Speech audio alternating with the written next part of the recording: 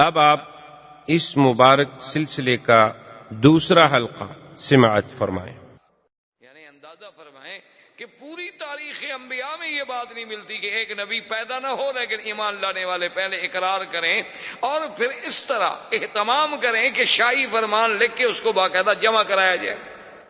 یہ بات بھی اگر ہمیں ملتی ہے تو صرف سیرت سیدنا محمد مصطفیٰ صلی اللہ علیہ وسلم میں ملتی، اور اسی طرح یہ بھی کسی یعنی اور عظیم شخصیت کے بارے میں نہیں ملتا کہ حضور صلی اللہ علیہ وسلم کی پیدائش بھی نہ ہو، ابھی حضور صلی اللہ علیہ وسلم پیدا بھی نہ ہوئے، اور بڑے بڑے سلاطین یعنی آپ دیکھیں کہ جبیر ابن مطعم بھی فرماتے ہیں، شعبہ ابن مغیرہ بھی فرماتے ہیں، ہاشم ابن عبداللہ بھی فرماتے ہیں، یعنی ایک نہیں متعدد روات اس بات کی بات فرماتے ہیں کہ ہم نے مقوقس کے بعد شہنشاہ اسکندریہ کے پاس، اسی طرح جبیر ابن مطعم کہتے ہیں کہ میں نے ایک بہت بڑے گرجے میں ایک راہب کے پاس میں گیا تو اس نے مجھ سے پوچھا کہ تم کہاں کے رہنے والے ہو، تو میں نے کہا میں سرزمین مکہ کا رہنے والا ہوں۔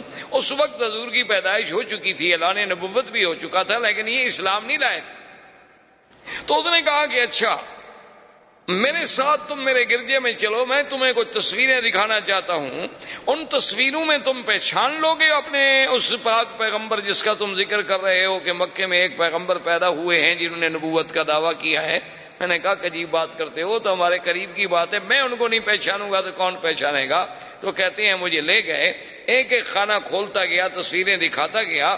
ایک تصویر پہ میں نے کہا کہ ہذا صورت رسول، لیکن یہ تصویر ہے اس نبی کی۔ اس نے کہا بالکل تم ٹھیک ہے۔ یعنی پہلے سے راہبوں کے پاس، شہنشاہوں کے پاس، مقوقس سے مصر کے پاس، شاہ اسکندریہ کے پاس، حضور صلی اللہ علیہ وسلم کے ولادت سے قبل جو دانیال پیغمبر نے آپ کی شکل بنائی، یا بعض لوگوں نے بربنائے تخیل حضور صلی اللہ علیہ وسلم کی یعنی آپ کی سیرت پڑھ کے، آپ کی صفت پڑھ کے، آپ کی بارے میں حلیہ مبارک پڑھ کے جو تیار کی تھی تصویریں، وہ پہلے سے موجود ہیں، اور کسی شخصیت کے بارے میں اتنا بڑا اہتمام نہیں ملتا۔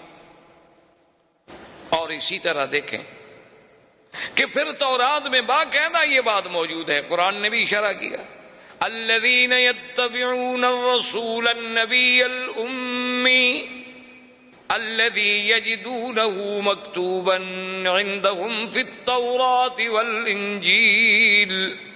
اللہ نے قرآن میں بھی ذکر فرما دیا کہ بھی حضور صلی اللہ علیہ وسلم النبی الامی، جن کا ذکر تورات و انجیل میں بھی موجود ہے، اور اسی طرح یعنی تورات میں اتنی وضاحت کے ساتھ موجود ہے، اتنی وضاحت کے ساتھ موجود ہے کہ نام موجود ہے، اور یہ بھی موجود ہے کہ مولدہ بمکہ ومہجرہ بطیبہ، کہ حضور صلی اللہ علیہ وسلم آپ کا مولد جو ہے وہ مکہ ہوگا، ہجرت جو ہے آپ طیبہ مدینہ منورہ کی طرف فرمائیں گے، اور ساتھ یہ بھی لکھا ہوا ہے کہ لیس بفظ ولا غلیظ ولا سخاب فی الاسواق، اور وہ اللہ کے نبی ایسے ہوں گے کہ سخت ہوں، کہ آپ کی طبیعت میں درستی ہو، زبان میں سختی ہو، ایسے نہیں ہوں گے، نہ بازاروں میں شور مچانے والے ہوں گے۔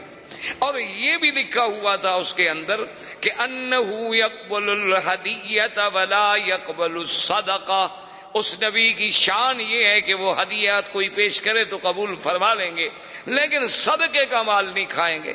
اور یہ بھی اس میں لکھا ہوا تھا کہ حضور صلی اللہ علیہ وسلم کا دونوں کندھوں درمیان جو فاصلہ ہے وہ عام انسانوں سے زیادہ ہے، اور یہ بھی لکھا ہوا تھا بین کتفیہ علامت، کہ آپ کے دو کندھوں کے درمیان میں پشت کے مقام پہ ایک علامت نبوت بھی ہے، اور یہ بھی لکھا ہوا تھا کہ آپ کی امت جو ہے وہ حمادون ہوں گے، اور یہ بھی تورات میں لکھا ہوا تھا کہ آپ کی امت جو ہے وہ یعنی پنڈلیوں تک اپنی چادریں پہنے گی، اور وضو کرنے والی ہوگی، اور وقت پہ بڑی نظر رکھنے والی ہوگی، اور اول وقت میں نمازیں ادا کرنے والی ہوگی، اور حضور صلی اللہ علیہ وسلم کی یہ بھی شان ہوگی کہ ہر اونچی جگہ پہ نیچی جگہ پہ اللہ کا ذکر کرنے والے ہوں گے، ہر نعمت کا شکر کرنے والے ہوں گے. یعنی اتنی تفسیر ہے تورات میں کہ تو باوجود تحریف و تبدیل کرنے کے بھی ابھی تک صفتیں حضور صلی اللہ علیہ وسلم کی موجود ہیں. تو اس طرح کا اور کسی پیغمبر، کسی نبی کے بارے میں، کسی کتب سابقہ میں آپ کو یہ تفصیل نہیں ملتی جو شان محمد مصطفیٰ صلی اللہ علیہ وسلم کی ملتی. اچھا، اور اسی طرح آپ نے کبھی غور کیا، اس پہ بھی آپ توجہ کریں کہ اللہ کی قدرت دیکھیں. حضور کے آنے سے قبل دنیا میں 2 سپر پاور تھی. جیسے آپ کے ہاں سپر پاور تھی نا، پہلے 2 تھیں، اب 1 ہو گئی. ہم تو خیر مسلمان ہیں، یعنی یہ جو الفاظ مستعمل ہوتے ہیں دنیا کی زبانوں میں، ورنہ ہمارے نزدیک تو طاقت اللہ کی ہے. مخلوق کیا ہے؟ مخلوق تو عاجز. بہرحال ایک لفظی طور پر جو باتیں مروج ہیں دنیا میں کہ بڑی طاقتیں، تو بہرحال اس وقت بھی بڑی طاقتیں 2 تھیں، ایک کسرا اور ایک کیسر، یعنی یا فارس یا روم. یہ 2 قوتیں تھیں. اور پوری دنیا کے نقشے پہ آپ نظر ڈالیں، اگر آپ ترکستان یا ترکمانستان، ماورا نہر اور اس طرح جہاں جہاں تک نظر دوڑاتے جائیں گے تو یہ سب فارس کے زیر اثر تھے. اور اگر آپ دوسری طرف نظر ڈالیں گے کہ بلاد مغرب ہیں، المانیہ جو موجودہ جرمنی کہلاتا ہے، المانیہ ہو گیا، بلاد مغرب ہو گئے، کچھ بلاد افریقی ہو گئے، پھر حبشہ ہو گیا، یہ سارا جو تھا یہ کیسر، یہ اس کے تسلط میں. یعنی 2 طاقتوں کے تسلط میں، یعنی آدھا دنیا سمجھے ایک طاقت کے پاس تھی اس وقت جو آبادی یا جو لوگ موجود تھے، اور آدھی دنیا جو ہے وہ دوسری طاقت کے پاس موجود تھی. لیکن اللہ کی شان دیکھیں کہ سرزمین مکہ مکرمہ اور مدینہ منورہ یہ دونوں طاقتوں میں کسی کے تسلط میں نہیں تھی. نہ یہاں کیسر کی بات تھی اور نہ یہاں فارس کی بات تھی. اللہ نے اپنے نبی کے لیے کون سا مقام پیدائش منتخب فرمایا کہ ایک ایسے مقام پہ پیدا ہوں جہاں دونوں کا اثر نہ ہو اور پھر وہ دونوں کے اثر کو ختم کرنے والے بھی بن سکیں. تو یہ بھی ایک شان ہے کہ آپ کی پیدائش کے لیے، یعنی ایک ظاہری طور پر، ورنہ باطنی طور پر تو یہ تھا کہ آپ نے اگر چاروں طرف برابر بات پہنچانی ہو تو لازمی بات ہے کہ آپ پھر سینٹر میں، آپ وسط میں بیٹھیں گے کہ بھئی مجمع ہر طرف ہو تاکہ میری آواز جو ہے وہ برابر پہنچ سکے. تو اللہ نے چونکہ پوری کائنات کا مرکز کعبۃ اللہ کو بنایا تھا اور حضور کی آواز کو مشرق و مغرب و شمال و جنوب پوری عالم میں پھیلانا تھا، تو اس لیے بھی اللہ نے حضور کو اس مرکزی مقام پہ پیدا فرمایا. یہ مقام بھی کسی اور کو نہیں مل سکتا. اور اسی طرح آپ دیکھیں کہ حضور صلی اللہ علیہ وسلم کے لیے اللہ نے خاندان کیسا منتخب کیا. یعنی حضور فرماتے ہیں کہ اللہ نے ساری مخلوق پہ جب نظر ڈالی تو سب میں سے اللہ نے ولد اسماعیل کو چن لیا،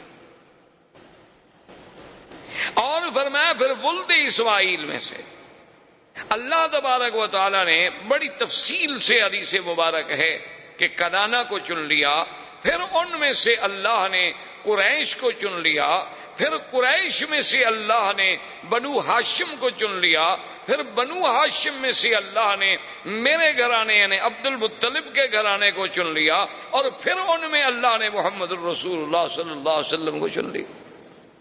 یعنی اتنے انتخابات. اور پھر خدا کی قدرت دیکھیں کہ جس مرکز کعبہ میں اللہ نے اپنے نبی کو پیدا فرمانا تھا، یہ باتیں ایسی نہیں ہیں کہ محض ہم کہہ دیں کہ جی اتفاق ہو گیا. ساری باتیں اتفاق نہیں ہوتی. محسوس یہ ہوتا ہے کہ وہ خالق کائنات، وہ رب کائنات، وہ متصرف کائنات، وہ قادر، وہ مالک سب کائنات پہ جس کی نظر اور جس کا علم کے ذرے ذرہ پہ محیط ہے، وہ جانتے تھے کہ اپنے اس پاک پیغمبر کو بھیجنے کے لیے ہم نے کیسے کیسے انتظام کرنے ہیں، حسب کے اعتبار سے، نسب کے اعتبار سے، مولد کے اعتبار سے، منشا کے اعتبار سے، محل ولادت کے اعتبار سے. یہ باتیں اتفاق نہیں، یہ اللہ کے فیصلے تھے. اب دیکھ لیں بہت حد، یعنی حضور کے خاندان میں ہر آپ کے دادا جیسے آپ دیکھتے جائیں گے، محمد ابن عبداللہ ابن عبد المطلب، ہاشم ابن عبد مناف ابن قصی ابن کلاب، تو جیسے جیسے آپ یعنی آپ دیکھتے جائیں گے آپ کے جد امجد کو، اجداد کو، دادوں کو، آپ حیران ہوں گے کہ ہر ایک میں کوئی نہ کوئی ایسی خوبی ہے جو تاریخ انسانیت میں کسی اور میں نہیں ملتی۔ یعنی ہم زیادہ تفصیل میں اگر جائیں تو پھر تو اور بڑا پہلو ہمارا دور ہو جائے گا۔ صرف قریب میں آپ دیکھیں کہ مثلاً آپ کے دادا عبد المطلب ہیں، ان کا نام حقیقت میں عبد المطلب نہیں تھا۔ ایک بات یاد رکھیں، ان کا نام جو ہے شیبہ تھا، ان کا نام عبد المطلب نہیں تھا۔ یہ تو معروف اس لیے ہو گیا کہ شیبہ کے جو والد تھے ہاشم، جب ان کی وفات ہو گئی تو شیبہ ماں کے پاس تھے، یہ اپنی والدہ کی تربیت میں تھے، اور ان کی والدہ جو ہیں وہ ایک بہت بڑے خاندان سے تعلق رکھتی تھیں، اور پھر ان کا سلسلہ جو ہے وہ بھی سلالہ اسماعیل علیہ السلام سے ملتا تھا۔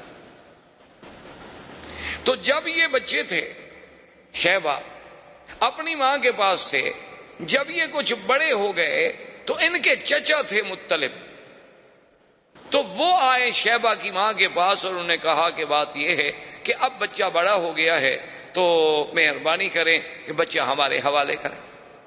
اور ماں بڑے گھر کی تھی، بڑے خاندان کی عورت تھی، اور بڑے ناز و نعم سے اس نے تربیت کی تھی، پالا تھا۔ اس نے کہا مطلب تم جو اس کو لے جاؤ گے کہاں رکھو گے؟ تمہارے پاس کہاں اتنا ہے کہ اس کی حفاظت کر سکو، خدمت کر سکو؟ اس نے کہا یہ بات نہیں، بات ہے شرف کی، ہمارے شرف کا، مقام کی بات ہے کہ یہ ساری زندگی پھر ہمیں قوم تانا دے گی کہ ہم اپنے بھتیجے کو بھی نہ اس کی کفالت کر سکے، بھائی کا بیٹا تھا اس کو بھی نہ سنبھال سکے، تو یہ ہمارے لیے جو تانا ہے نا یہ بہت بڑا سخت تانا ہے۔ بہرحال کچھ بھی ہم نے لے جانا ہے۔ تو ماں نے کہا کہ اچھا میں جبر تو نہیں کرتی، لیکن اپنے بیٹے کو میں اختیار دیتی ہوں، وہ چاہے تو تمہارے ساتھ چلا جائے، چاہے تو ماں کے ساتھ رہے۔ اب دیکھیں ایک طرف یعنی شیبہ کو پتا ہے کہ مکہ جانے کے بعد میری زندگی کتنی تلخ ہو جائے گی، مجھے کتنی مشقتوں کے ساتھ زندگی گزارنی ہوگی، اور اب میں کس ناز و نعم میں زندگی گزار رہا ہوں۔ جب اسے اختیار دیا گیا اس نے کہا کہ اماں آپ ناراض نہ ہوں، میں اپنے چاچا کے ساتھ جانا چاہتا ہوں، میں ان کو نہیں چھوڑ سکتا کہ چاچا جو ہے وہ باپ کے قائم مقام، اور ماں کا ایک وقت ہے اس وقت تک اس کا حق ہوتا ہے بچے پر ہزانہ کا، وہ گزر گیا، اب میں بڑا ہو گیا۔ اسی لیے نسب جو ہے وہ باپ سے چلتا ہے، ماں سے تو نہیں چلتا۔ تو ماں نے کہا کہ بیٹا اگر تمہاری یہ خوشی ہے تو میں تمہیں منع نہیں کرتی۔ تو مطلب جو تھے وہ ان کو اونٹ پر اپنے ساتھ بٹھا کے لائے، تو بچہ بڑا خوبصورت، اور کیسے خوبصورت نہ ہو جو دادا ہو سرکار دو عالم کا صلی اللہ علیہ وسلم۔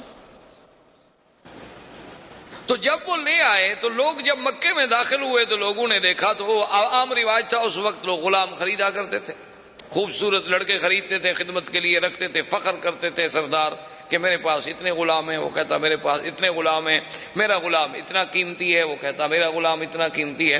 لوگوں نے جو دیکھا تو انہوں نے سمجھا کہ یہ بھی غلام خرید کر کے لایا ہے مطلب، تو انہوں نے کہنا شروع کر دیا عبد المطلب عبد المطلب عبد المطلب، تو لوگوں کو نام ہی بھول گیا، شیبہ تو نام ہی عبد المطلب ہو گیا، ورنہ آپ کا نام عبد المطلب نہیں تھا۔ اب یہ عبد المطلب جو ہیں اب تو عبد المطلب کے نام سے معروف ہو گئے نا، شیبہ تو نام ہی ختم ہو گیا۔ یعنی آپ اندازہ کریں کہ کتنا بڑا یہ سارا اتفاق ہے۔ یہ اتفاق نہیں بلکہ اس خالق کے کائنات نے اپنے آنے والے نبی، اپنے پاک پیغمبر خاتم الانبیاء والمرسلین، امام الانبیاء والمرسلین کے لیے یہ سارا نظام معلوم ہوتا ہے کہ جیسے کائنات بچھائی اسی لیے گئی، یعنی ایسا محسوس ہوتا ہے کہ یہ نظام عالم، یہ نظام کائنات، یعنی اس میں جتنے رنگ بھرے گئے ہیں، جس رنگ پہ نظر ڈالو کہیں نہ کہیں جا کے اس کا جوڑ جو ہے وہ سرکار دو عالم سے لگتا ہے صلی اللہ علیہ وسلم۔ تو اب اس عبد المطلب نے، اب دیکھیں کہ افتخار کی بات، شرف کی بات ہوتی تھی، چونکہ مکے میں مقام تھا، اور اتفاق کی بات یہ ہے، خدا کی شان یہ ہے کہ زمزم جو آج ہم پیتے ہیں یہ زمزم ختم ہو گیا، گم ہو گیا، جرم کے بعد ردمیات ہوئیں، مٹی پڑی، کچھ سیلیں آئیں، نتیجہ یہ نکلا کہ زمزم ہمیشہ کے لیے ختم ہو گیا، کہیں ملتا ہی نہیں تھا۔ عبد المطلب نے، ان کے ایک بیٹے تھے حارث، ان نے آپس میں بیٹھ کے غور کیا کہ ہم زمزم نہیں ملتا، یہ ہمارے لیے بہت بڑا مسئلہ ہے کہ زمزم کا وجود ختم ہو جائے تو ہمیں چاہیے کہ ہم زمزم کو تلاش کریں. اب جناب کون تلاش کرے؟ یعنی کوئی تلاش کرنا آسان تو نہیں تھا نا جی. ہے تو اب آپ کے پاس وسائل ہیں، آپ کے پاس آلات ہیں، آپ کے پاس مشینیں ہیں، کیمرے ہیں، آپ کے پاس کھدائی کے ذرائع ہیں، آپ کے پاس غواصین ہیں، غوطہ خور ہیں. اس زمانے میں کہاں یہ انتظامات؟ سارا کعبۃ اللہ کے باہر تو بس ایک پہاڑی سلسلہ ہے اور پتھر ہیں. عبد المطلب کو بڑی تڑپ تھی کہ زمزم ملے. اب آپ دیکھیں حیران ہوں کہ کیا یہ سب اتفاق ہے؟ ایک رات عبد المطلب سوتے ہوئے، رات کو سوئے ہوئے ہیں، نیند ہے، نیند میں خواب دیکھتے، ایک خواب دیکھتے ہیں کہ ایک آدمی خواب میں نظر آتا ہے اور وہ ان کو کہتا ہے کہ احفر طیبہ، کہ طیبہ کو کھودو. سمجھ نہ آئی بات کیا کہہ رہا؟ اچھا، دوسری رات پھر خواب آتا ہے کہ احفر مضمونہ، کہ مضمونہ کو کھودو. پھر سمجھ نہ آئی کہ طیبہ کیا ہے، مضمونہ کیا ہے. تیسری رات پھر خواب دیکھا کہ احفر برہ، کہ برہ کو کھودو. اب وہ سمجھ نہیں رہے عبد المطلب کہ یہ کیا خواب ہے. ایک تو متواتر مجھے خواب آ رہے ہیں، ہر رات خواب نظر آ رہا ہے، اور خواب میں عین ہی ایک چیز کے بارے میں ہے کہ کھودو. کبھی آتا ہے برہ کو کھودو، کبھی آتا ہے طیبہ کھودو، کبھی آتا ہے مضمونہ کھودو. یہ بات کیا ہے؟ چوتھی رات جب خواب آیا تو اس میں صاف آیا کہ احفر زمزم، زمزم کھودو. اب عبد المطلب کی بات جو تھی نا اس کی سمجھ آئی. اس نے کہا کہ اچھا یہ سب زمزم کے ہی نام تھے دراصل، کیونکہ زمزم کوئی معمولی سی چیز تو نہیں تھی. تو ان نے کہا کہ یہ بات تو ٹھیک ہے، میری تو تمنا ہے کہ زمزم کھولوں اور یہ شرف جو ہے قریش کو ملے اور قریش میں سے عبد المطلب کے گھرانے کو ملے تاکہ سقایا ساری زندگی ہمارے ہاتھ میں رہے. میری تو یہ تمنا ہے، لیکن سوال یہ ہے کہ میں اور میرا ایک بیٹا کیسے ڈھونڈیں گے؟ کہتے ہیں کہ پھر کچھ دن گزر گئے، عبد المطلب نے پھر خواب دیکھا. خواب میں پھر انہیں کہنے والا کہتا ہے کہ احفر بین فرث و دم اور عند نکرۃ الغراب الاعصم عند قریۃ النملہ. وہ خواب میں کہتا ہے کہ تم جو ہے کھودو زمزم، لیکن بینا رفسن و دم کہتے ہیں خون اور رفس کہتے ہیں گوبر. یہ ہم دیکھیں نا، آپ نے اللہ نے جو انسان کے لیے جانور میں دودھ کا سسٹم ہے، تو من بین فرسن و دم لبنا خالصا، کہ ادھر فضلہ ہے، ادھر خون ہے، درمیان میں دودھ کی نہر ہے، اور نہ فضلے کا اثر آنے دیتے ہیں نہ خون کا اثر آنے دیتے ہیں. سائغا للشاربین، اللہ کی رحمت ہے. تو ان کو یہ سمجھایا گیا کہ ایک طرف تو گوبر ہوگا، ایک طرف خون ہوگا، اور ایک جگہ ہوگی جہاں غراب الاسم، غراب اسم کہتے ہیں کہ کوا ہو سیاہ لیکن اس کا ایک پر سفید ہو، یعنی ہو کوا جیسے غراب مشہور ہے، تو لیکن پورا سیاہ نہیں، ایک پر اس کا سفید ہو. جہاں وہ ٹھونگ مار رہا ہو، اپنے ٹونگے مار رہا ہو، اس جگہ کو کھودو اور وہاں یہ دیکھو کہ بھئی وہاں ایک بستی ہوگی چیونٹیوں کی. عبد المطلب کہتا ہے میں حیران. اب صبح کو جناب اس سارے مکے کے زمزم والے طرف میں ایک ایک پتھر، ایک ایک پہاڑ، ایک ایک کونا، ایک ایک گلی، ایک ایک جگہ ڈھونڈ رہا ہے. نہ اس کو وہ دم ملتا ہے، نہ اس کو وہ فرس ملتا ہے، نہ اس کو وہ چیونٹیوں کی کوئی بستی ملتی ہے، نہ اس کو کہیں کوا چونچ مارتا ہوا ملتا ہے. وہ کہتا ہے بھی عجیب بات ہے، مجھے متواتر 4 راتیں خواب دکھلایا گیا اور پھر اتنی واضح بات کہی گئی اور لیکن موقع پر موجود نہیں. کہتے ہیں میں بہت پریشان تھا اور دعائیں مانگتا تھا کہ اللہ مجھے موقع دے کہ یہ سعادت مجھے ملے. اب دیکھیں نا، ابھی حضور تو پیدا بھی نہیں ہوئے، یعنی حضور کے تو والد بھی ابھی جوان نہیں ہوئے، لیکن عبد المطلب کو زمزم کا اتنا فکر پیدا ہو جانا وجہ کیا تھی؟ یہ سب اتفاقات تو نہیں ہے. کہتے ہیں کہ میں بڑا ہی پریشان ہو کے دعائیں مانگتا تھا. ایک دن میں حرم کے قریب لیٹا ہوا تھا کہ میں نے دیکھا کہ ایک بندہ جو ہے وہ ایک بچڑا لے کے آیا اور اس نے آ کر ایک جگہ ذبح کیا،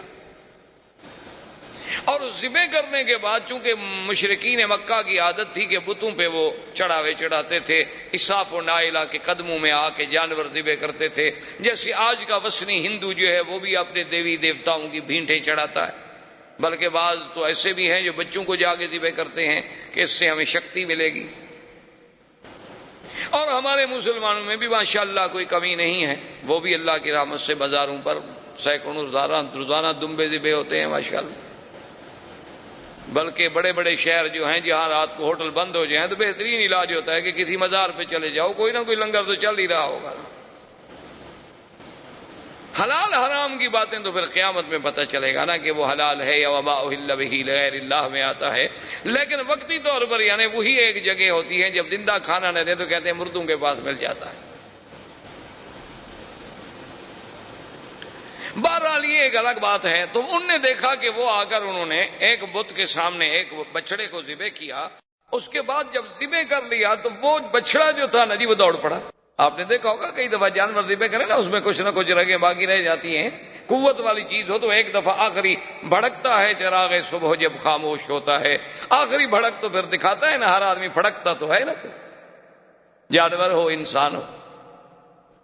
وہ جب دوڑا تو آگے جا کے ایک مقام پہ گر گیا، وہاں جب گرا تو وہاں انہوں نے پھر اس کو اچھی طرح اس کا کھال اتاری، اس کا پیٹ چاک کیا، اس کے آنتیں نکالی، گوشت نکالا، تو وہ فرس وہاں گری۔ تو اب عبد المطلب مجھے کہتے ہیں کہ میرے دماغ میں فوراً آ گیا کہ من بین فرس و دم، کہ ایک طرف فرس ہوگی گوبر ہوگا، ایک طرف خون ہوگا۔ میں نے کہا اب یہ جگہ تو متعین ہو گئی کہ ایک جگہ وہاں ہے جہاں ذبح کیا گیا وہاں خون پڑا ہے، اور جہاں اس کو صاف کیا گیا وہاں فرش پڑا ہے۔ تو کم از کم یہ ایک تو میرے خواب کی بات پوری ہو گئی کہ من بین فرس و دم کہتے ہیں۔ اور اس کے بعد کہتے ہیں جب اس ایریے میں میں آیا تو میں کیا دیکھتا ہوں کہ ایک کوا جو ہے ایک جگہ بیٹھے ہوئے ٹھونگے مار رہا ہے۔ میں نے اس پہ جب نظر ڈالی تو وہ بالکل اسی طرح کا کوا تھا جو مجھے خواب میں دکھایا گیا کہ اند نقرۃ غراب الاسم، کہ سارے پر سیاہ ہیں اور ایک پر سفید ہے۔ اس جگہ پر بھی میں نے جلدی سے نشان لگا لیا، اور اس کے ساتھ جب میں نے دیکھا تو ایک چھوٹی چھوٹی چیونٹیوں کا گڑھ تھا، وہاں سے راستہ جا رہا تھا، وہ مجھے کریا یعنی بستی نملا کی چیونٹی کی بستی بھی مل گئی، وہ ساری علامات مجھے مل گئی۔ تو میں نے اپنے بیٹے سے کہا کہ بیٹا معلوم یہ ہوتا ہے کہ اللہ نے ہماری بات سن لی، کہ اللہ ہمیں وہ اعزاز دینا چاہتے ہیں زمزم کا۔ اب جگہ معین ہو گئی ہے، لیکن خدائی تو بہت بڑی چیز ہے، کوئی آسان کام تو پھر بھی نہیں تھا۔ لیکن نے کہا کہ ٹھیک ہے اب کام کی ابتدا کرتے ہیں۔ دوسرے دن عبد المطلب کہتے ہیں کہ میں آیا اور میں نے اپنے بیٹے کو ساتھ لیا اور زمزم کی کھدائی شروع کی۔ تو قریش سارے اکٹھے ہو گئے، انہوں نے کہا بھی عبد المطلب یہ کیا بات ہے، ہم تمہیں اکیلا تو نہیں کھودنے دیتے، یہ تو ناممکن۔ بھئی یہ اتنا بڑا شرف جو ہے زمزم کا تم لے جاؤ، یہ ناممکن ہے۔ حتیٰ کہ وہ جناب قتال پر بھی تیار ہو گئے، لیکن عبد المطلب نے اپنے بیٹوں سے کہا کہ تم قریش کو روکو، تم ان کو جھگڑے میں روکتے رہو، میں جب تک کھدائی کرتا رہوں۔ اب جگہ تو معین مل گئی ہے نا ہمیں کہ زمزم یہاں ہے۔ تو مورخین نے لکھا ہے کہ وہ ابھی جھگڑا کرتے رہے، کچھ باتیں کرتے رہے، کچھ روکتے رہے، کچھ بات لمبی کرتے رہے، اتنے میں وہاں پانی کے آثار ملنے شروع ہوئے تو عبد المطلب نے اللہ اکبر کا نعرہ بلند کیا، حالانکہ مشرک ہے، عبد المطلب مشرک ہے، لیکن اب زمزم جب مل رہا ہے تو نعرہ اللہ اکبر۔ تو یہ ان کی زبانوں سے اللہ کے نعرے بلند کروانا، ان سے زمزم کے بارے میں اتنا جنون پیدا کرنا کہ اپنے بچوں کو دینے کے لیے بھی وہ تیار ہو جائیں۔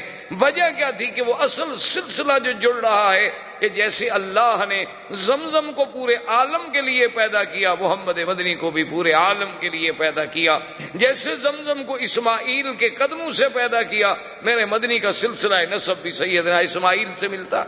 تو یہ سارے سلسلے جو جوڑے جا رہے ہیں تو مگر معلوم ہوتا ہے نا کہ وہ تقدیر ان موتیوں کو پرو رہی ہے، یہ اتفاق نہیں۔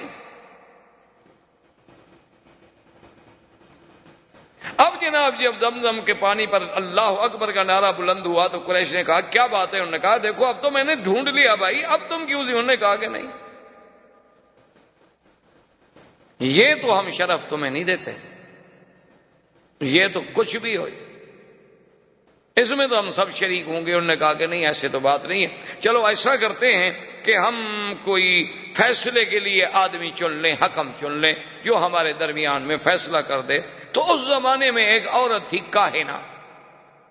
کاہن وہ ہوتے تھے جو لوگوں سے الگ تھلگ رہتے تھے، غاروں میں، پہاڑوں میں، اور جنوں کے ساتھ ان کے تعلقات ہوتے تھے، اور جن خبریں لاتے تھے غیب کی اور وہ لوگوں کو خبریں دیتے تھے، ان کو کاہن کہا جاتا تھا۔ مرد بھی تھے، عورتیں بھی تھیں، ان کی بڑی بڑی ریاضت ہوتی تھی، بڑی باتیں، جیسے آپ کے ملکوں میں جوگی ہوتے ہیں اس قسم کے، سنیاس لیا ہوا ہے فلاں نے اور یہ کیا ہوا ہے، وہ بھی اسی طرح کے قسم کے لوگ تھے۔ تو وہ کاہن جو تھا، ایک کاہنہ عورت تھی، لیکن تھی وہ مدینہ منورہ، جس پر ان کا اتفاق ہوا کہ کاہنۃ بنی سعد جو فیصلہ کر دے ہمیں قبول ہو۔ انہوں نے کہا ٹھیک ہے چلو مدینہ شریف۔ وہاں سے جناب مدینہ پہنچے۔ اب جب مدینہ پہنچے تو انہیں پتہ چلا کہ وہ تو خیبر گئی ہوئی ہے۔ تو آپ خود اندازہ کر رہے ہیں اس زمانے میں مدینے کے سفر کے بارے میں آپ کیا سمجھتے ہیں کہ بھئی یہ 4.5 گھنٹے کار پہ لگتے تھے۔ میرے والد صاحب نے جب مدینے کا سفر کیا تو مجھے یاد ہے، فرماتے تھے کہ 2 مہینے لگے تھے۔ پتہ ہے 2 مہینے کیوں لگتے تھے؟ کہ راوغ اور مستورہ ان راستوں میں سیل آتی تھی، پہاڑوں سے پانی چلتے تھے، تو جب وہ سیل آ جاتی تھی راستے رک جاتے تھے، لوگ ادھر والے ادھر بیٹھے ہیں، ادھر والے ادھر بیٹھے ہیں، جب تک پانی کم نہ ہو گزرے کون؟ تو 2 مہینے بیٹھنا پڑتا تھا، کبھی 1 مہینہ بیٹھنا پڑتا تھا، کبھی نہیں بیٹھنا پڑتا۔ جب پانی نہ ہوتا لوگ گزر جاتے تو پھر بھی 8 دن 10 دن لگتے تھے، اونٹوں پر سفر ہوتا تھا۔ اور اس دور میں تو ہم نے بھی سفر کیا ہے جب سڑکیں اتنی اچھی نہیں تھی، کم از کم ٹرک پر یا بڑی گاڑی پر بھی 2 دن لگتے تھے مدینہ منورہ سے مکہ پہنچنے کے لیے۔ اور ان گاڑیوں کو، بڑی بڑی جو ہیوی گاڑیاں ہیں، ٹرالر ہیں، بڑے بڑے ٹرک ہیں، ان کو آدمی پسند کرتا تھا کہ سامان سے لوڈ ہوں اور ہم سامان پہ بیٹھ جائیں تاکہ دھکے کم لگیں۔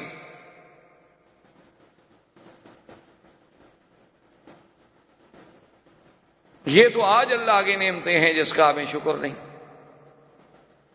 تو بہرحال وہ رابق جب خیبر گئے، خیبر میں جا کے ڈھونڈا۔ اچھا خدا کی قدرت ہے کہ وہاں جس علاقے میں یہ اترے تو ایک جگہ ایسی آ گئی کہ پانی نہ ملے۔ اب سب قریش جو گئے ہوئے تھے انہوں نے کہا بھی اب یہی ہے کہ جلدی سے قبریں شبریں کھود لو، مرنا تو ہے۔ تو جہاں جناب عبد المطلب نے اپنا اونٹ بٹھایا تھا، جب اس اونٹ کو کھڑا کیا تو وہاں پانی نکل آیا۔ تو سب کو پانی مل گیا، کچا کنواں بنا لیا، پانی نکال لیا۔ جا کے کاہنہ کو بتایا، اس نے کہا اتنی بڑی نشانی کے بعد فیصلہ کرانے کیا ہے، ہو بھی اس کا حق ہے۔ اب فیصلے کی باقی کیا بات رہ گئی ہے کہ زمزم بھی اسی کو ملا، جب تم مر رہے تھے تو پانی بھی اسی کی وجہ سے تمہیں ملا، تو یہ تو قدرت کا اشارہ ہے کہ بھئی زمزم کا سقایا جو ہے وہ عبد المطلب کے خاندان میں رہے گا اور کسی کا حق نہیں ہو۔ یہ ایسے تو نہیں ہوتا، یہ ساری چیزیں ایسے تو نہیں کہ جی ہاں بس اتفاق تھا، اس کو اتفاق کہہ کر تو نہیں ٹالا جا سکتا۔ یہ سارا جو ایک نظم چل رہا ہے۔ اچھا اس کے بعد آپ دیکھیں کہ عبد المطلب نے ایک منت مانی تھی کہ اگر مجھے اللہ نے 10 بچے دیے تو میں 1 بچہ جو ہے نا وہ ذبح کروں گا۔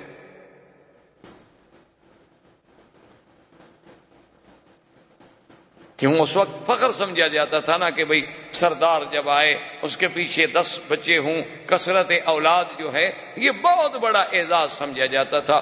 آج کل تو خیر تھوڑے بچے اعزاز سمجھا جاتا ہے، کہتے ہیں کہ بھئی بچے 2 ہی اچھے، باقی ہوں تو لوگوں کو دے دو۔ انا للہ و انا الیہ راجعون۔ بہرحال یہ تو بہر صورت ان سے پوچھے نا کہ جن نے پہلے منصوبہ بندی پہ عمل کر لیا، بچے 2 تھے وہ بھی مر گئے، وہ اب کیا کریں؟ اللہ کے نظام کو جب چھیڑو گے تو ذلت کے سوا کچھ نہیں ملے۔ باقی تم چاہو کہ ہم بچے کم کر لیں گے، فرعون بچوں کو گولیاں چلا کے نہیں کم کر سکا تو تم گولیاں کھلا کے کہاں روک سکتے ہو؟ جس نے پیدا ہونا ہے وہ تو ہوگا۔ فرعون نے بھی 70,000 بنو اسرائیل کو ذبح کیا لیکن موسیٰ پیدا ہو۔ تو اس نے گولیاں مار کے بندے نہیں ختم کر سکا، تم گولیاں کھلا کے کیا بند کر سکو گے؟ بہرحال یہ عرب میں باعث فخر ہوتا تھا کہ اولاد ہو، آگے جا رہا ہے باپ، 10 بچے جناب جوان پیچھے آ رہے ہیں، تو فخر والی بات ہے۔ تو بہر صورت بڑی لمبی بات ہے، ان کو 10 اولادیں ہو گئیں، ان کے 10 بیٹے ہوئے، یہ 11واں حارث تھا، اور سب سے چھوٹا بیٹا عبداللہ تھا جو حضور صلی اللہ علیہ وسلم کے والد، اور سب سے خوبصورت۔ آپ اندازہ کریں کہ بھی کہاں عبد العزا، اس وقت کے نام کیا ہوتے تھے؟ عبد العزا، عبد اللات، عبد المنات، عبد المسیح، اور کہاں عبداللہ؟ یعنی اس نام کا جو چناؤ ہے، کیا یہ بھی ایسی ہے کہ مشرکین جن لوگوں کا تعلق بھی اپنے الہہ سے ہے، اللہ کے ساتھ عقیدہ ہی نہیں، لیکن وہ نام رکھیں عبداللہ؟ کیوں؟ کو قدرت رکھوا رہی ہے نا کہ یہ میرے مدنی کا باپ بنے، اس کا نام تو کافروں والا نہ ہو۔ یہ اللہ کا نظام تھا نا، کوئی آپ نے تو نام نہیں رکھا نا، ہم نے تو نام نہیں رکھا، یہ کوئی نظام ہے جو اس قدرت کا، جو یہ اسباب پیدا کرتی چلی جا رہی ہے کہ جوں جوں حضور کے قریب آ رہے ہیں نام کا بھی خیال ہو، نسب کا بھی خیال ہو۔ یعنی اس سے بڑی بات ہو سکتی ہے کہ حضور پاک نے فرمایا کہ حضرت آدم سے لے کر حضرت اسماعیل، حضرت اسماعیل سے لے کر میرے ابا عبداللہ کے گھرانے تک اللہ نے ایسی حفاظت کی ہے کہ ہمارے کسی اتنی بڑی حضرت اسماعیل سے لے کر حضرت یعنی اسماعیل کے بعد عبداللہ تک ہماری اس پوری لڑی میں کہیں عورتوں میں گناہ نہیں آیا، کسی عورت نے گناہ نہیں کیا۔ تو یہ سارا ایسی باتیں تھیں یا اللہ کی تقدیر کے فیصلے تھے۔ اب سب سے خوبصورت بیٹا عبداللہ ہے، اور جب جناب وہ بڑا ہو گیا تو عبد المطلب تو اپنی بات پہ قائم ہے، اس نے کہا آ گیا جناب وہ راہب کے پاس، اپنے کاہن کے پاس جو کعبہ شریف میں رہتا تھا، ان کا کاہن اس کے پاس ہے۔ اس نے کہا میں نے تو منت مانی تھی کہ بیٹے کو ذبح کرنا ہے، لہذا چونکہ میرے بیٹے ہیں 10، میرے بیٹے 11 ہیں، لہذا تم قرآن اندازی ڈالو کس بیٹے کا نام نکلتا ہے۔ تو اس وقت ہر بچے کا نام ایک لکڑی پہ لکھا گیا، وہ ازلام ڈالتے تھے، ایسے لکڑیاں ڈالتے تھے کہ جس کی لکڑی ظاہر ہو جائے گی سمجھو اس کا قرآن نکل آیا۔ اب جب انہوں نے ڈالا تو قرآن نکل آیا عبداللہ کا، اور عبد المطلب کہتے ہیں میں دعا مانگ رہا تھا کہ اللہ میرے کسی بچے کا قرآن نکلے لیکن عبداللہ کا نہ نکلے، کیونکہ عبداللہ انہیں بہت محبوب تھا۔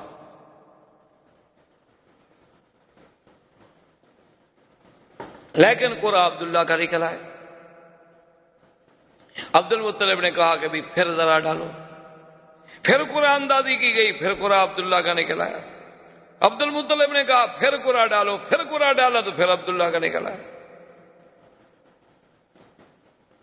جب تینوں دفعہ عبداللہ کا قرآن نکلا تو عبد المطلب نے کہا کہ بس اب تقدیر کا فیصلہ یہی ہے، میں اپنی منت کو پورا کروں گا۔ عبداللہ کو لے کر اصاف ان کا بت تھا، ایک کو صفا پہ رکھا ہوا تھا، ایک کو مروہ پہ رکھا ہوا تھا، اصاف اور نائلہ، کہ اس کے قدموں میں جا کے اپنے بیٹے کو ذبح کروں گا۔ وہ لے کے چلا، قریش کو پتہ چلا تو قریش کے سارے بڑے بڑے اکٹھے ہو گئے، انہوں نے کہا عبد المطلب یہ تم کیا کر،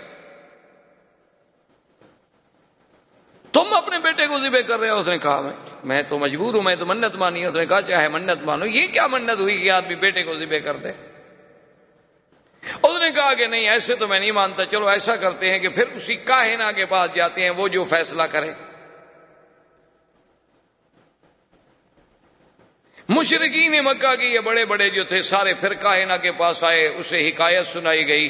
اس نے کہا اچھا مجھے یہ بتاؤ اگر تم سے کوئی آدمی مر جائے تو اس کی دیت کتنی ہے؟ اس نے کہا 10 اونٹ۔ اس نے کہا اچھا ایسا کرو، ایک طرف رکھو 10 اونٹ اور ایک طرف رکھو عبداللہ کے نام، اگر قرآن نکل آئے اونٹوں کا تو اونٹ ذبح کر دو، عبداللہ کو چھوڑ، دیت ادا ہو گئی، تمہاری منت پوری ہو گئی۔ اور اگر نکل آئے قرآن عبداللہ کا تو پھر 10 اونٹ اور بڑھاؤ۔ تو عبد المطلب واپس آ گئے، پھر کعبے کے آ کے اس کاہن سے کہا، اب اس نے جناب پھر قرآن اندازی کی، ایک طرف 10 اونٹ ہیں، ایک طرف عبداللہ، پھر عبداللہ کا قرآن نکل آیا، پھر 20 ہو گئے، پھر عبداللہ کا قرآن نکل آیا، بڑھتے بڑھتے 100 اونٹ پر پہنچے تو اب جا کے اونٹوں کا قرآن نکلا۔ اسی لیے حضور نے فرمایا انا ابن الذبیحین، کہ میں دو ذبیحوں کا بیٹا ہوں، کہ میرا ابا اسماعیل بھی ذبیح اللہ اور میرا حقیقی باپ جو ہے عبداللہ وہ بھی ذبیح۔ اور خدا کی شان ہے، اللہ نے اسماعیل کو بھی ذبح ہونے سے بچا لیا، عبداللہ کو بھی ذبح ہونے سے بچا لیا، اور مقام ذبیح جو ہے وہ بھی مل گیا۔ تو یہ سارا نظم جو ہے یہ ایسا نہیں کہ خود بخود ہوتا چلا جائے، یہ معلوم ہوتا ہے کہ سرکار دو عالم صلی اللہ علیہ وسلم کا مقام ہی ایسا بلند تھا کہ یہ سارے انتظام قدرت کی طرف سے ہوتے چلے آ رہے۔ اسی طرح عبداللہ کہتے ہیں کہ میں ایک دن مکہ مکرمہ سے باہر گیا ہوا تھا، راستے میں ایک بہت بڑا قبیلہ تھا عرب کا، اس قبیلے سے جب میرا گزر ہوا تو وہاں کچھ عورتیں کھڑی تھی پانی بھرنے کے لیے۔ پہلے زمانے میں تو عورتیں اسی طرح کنویں پہ جا کے پانی لاتی تھی۔ ان میں جو سب سے خوبصورت ترین لڑکی تھی، میں اپنی پیاس بجھانے کے لیے پانی کے لیے رکا تو اس نے میری طرف دیکھا بڑے غور سے، اور اس کے بعد وہ مجھے کہنے لگی کہ تمہارا نام کیا ہے؟ میں نے کہا عبداللہ۔ اس نے کہا اچھا وہ عبد المطلب کے بیٹے تم ہو؟ میں نے کہا ہاں۔ تو اس نے کہا اچھا ایسا کرنا کہ تم اپنے باپ کو کل ہمارے گھر بھیجنا۔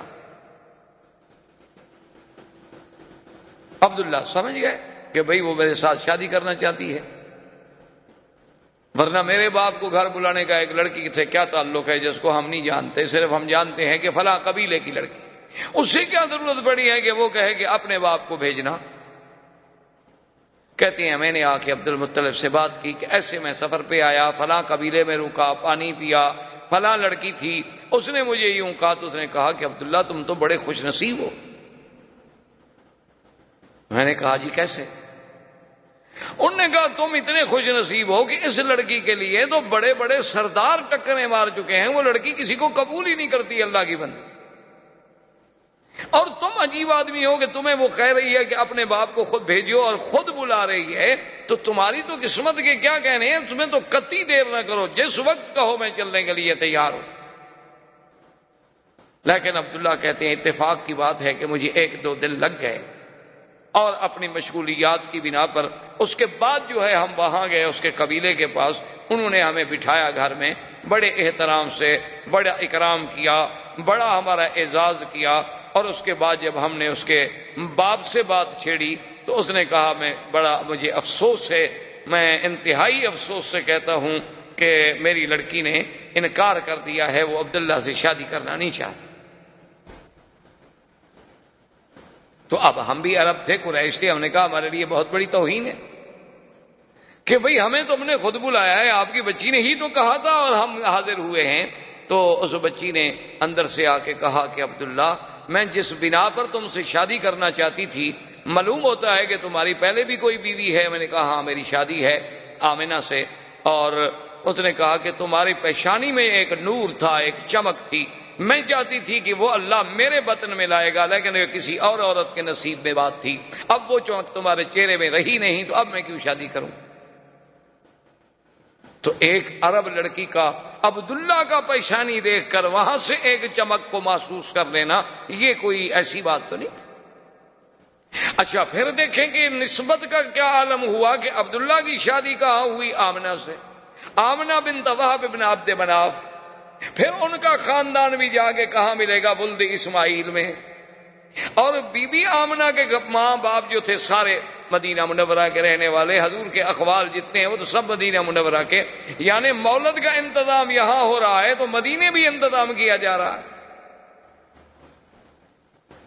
یعنی آپ حیران ہیں، آپ تصور کریں کہ بھئی یہاں مولد کا انتظام کی ولادت تو مکے میں ہوگی، لیکن ہجرت تو مدینے ہونی ہے نا، تو والدہ کا خاندان جو ہے اس کا تعلق مدینے سے ہے۔ اور آپ دیکھیں کہ حضرت حسان جو شاعر رسول اللہ صلی اللہ علیہ وسلم، یہ وہ انسان ہے حضرت حسان کہ جس کو اللہ کے نبی مسجد الحرام میں اور منبر پہ کھڑا کر کے کہتے تھے کہ حسان تم کافروں کو جواب دو۔ جب وہ کھڑے ہوتے جواب دینے کے لیے تو حضور دعا فرماتے کہ اللہم ایدہ بروح القدس، کہ یا اللہ جبریل کے ذریعے حسان کے دل میں مضامین ڈال۔ یہ وہ شان والا آدمی۔ وہ کہتے ہیں کہ میری عمر 7 سال تھی، اسی لیے وہ 7 سال جو ہے عمر کے اعتبار سے حضور صلی اللہ علیہ وسلم سے پہلے پیدا ہوئے۔ کہتے ہیں میری عمر 7 سال تھی، میں اس وقت مدینہ منورہ میں تھا کہ وہاں ایک بہت بڑا کاہن تھا، ایک بہت بڑا کافروں کا مانا ہوا کاہن تھا، تو وہ بڑے بے وقوفوں کی طرح اور پاگلوں کی طرح بھاگتا ہوا آیا اور کہنے لگا کہ لوگو عجیب بات ہے کہ ولد نبی هذه الامہ، اس امت کا نبی آج پیدا ہو گیا۔ وہ کہتے ہیں اس وقت میری عمر 7 سال، اور اسی طرح بے عین ہی حضور صلی اللہ علیہ وسلم سرکار دو عالم حبیب کبریا صلی اللہ علیہ وسلم کی پیدائش سے اسی رات صبح کو ایک بہت بڑا کاہن تھا جو پہاڑوں میں تھا اور سال ہا سال سے باہر نہیں آیا تھا۔ کیا دیکھتے ہیں مکے والے کہ وہ جناب اس کے بال بکھرے ہوئے ہیں، پریشان حال ہے، اور مکے کی گلیوں میں بھاگ رہا ہے دیوانوں کی طرح، اور پوچھتے ہیں حل ولدا المولود هذه اللیلہ، مکے والوں آج رات کوئی بچہ پیدا ہوا ہے؟ تو ایک آدمی نے آگے بڑھ کے بتایا کہ ہاں عبداللہ ابن عبد المطلب کے گھر میں بچہ پیدا ہوا ہے۔ کہنے لگا دلونی علی بیتہ، مجھے اس کے گھر کا پتہ بتاؤ کہاں ہے۔ جلدی سے مجھے لے چلو۔ وہ آیا بھاگتا ہوا دیوانوں کی طرح، عبد المطلب آگے کھڑے ہیں، وہ تو دیکھ کے حیران ہو گئے کہ یہ وہ بندہ ہے جو سالوں سے کبھی غار سے نہیں نکلا، یہ آج کیسے نکلا ہے؟